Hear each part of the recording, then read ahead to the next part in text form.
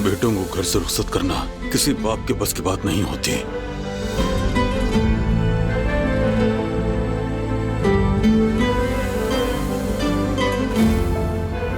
क्या हम चलें यहाँ से?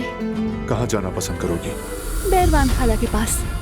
बारान और दिलान अपनी खाला के पास जाने के लिए रवाना हो रहे हैं। घर की सूरत हाल यही है, खबरदार रहना। जहाँ तुम वहाँ मैं।